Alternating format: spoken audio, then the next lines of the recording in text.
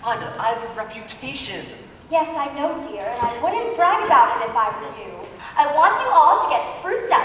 It is time to meet the other members of the duckyard and be educated in the ways of the world. Drake, don't stare at him. Look at him. Are you sure he's really one of us? Family likeness isn't strong, still you won't poke fun. All of you must get along. He's a special son. Look at him, finest cat that I ever saw. Better still, he won't be missed. They think he's a flop. Maybe they'll let me assist, giving him a shot. Look at him! Peck, peck, peck, peck. I hate to be picky, but the duck peck peck looks a little bit dicky.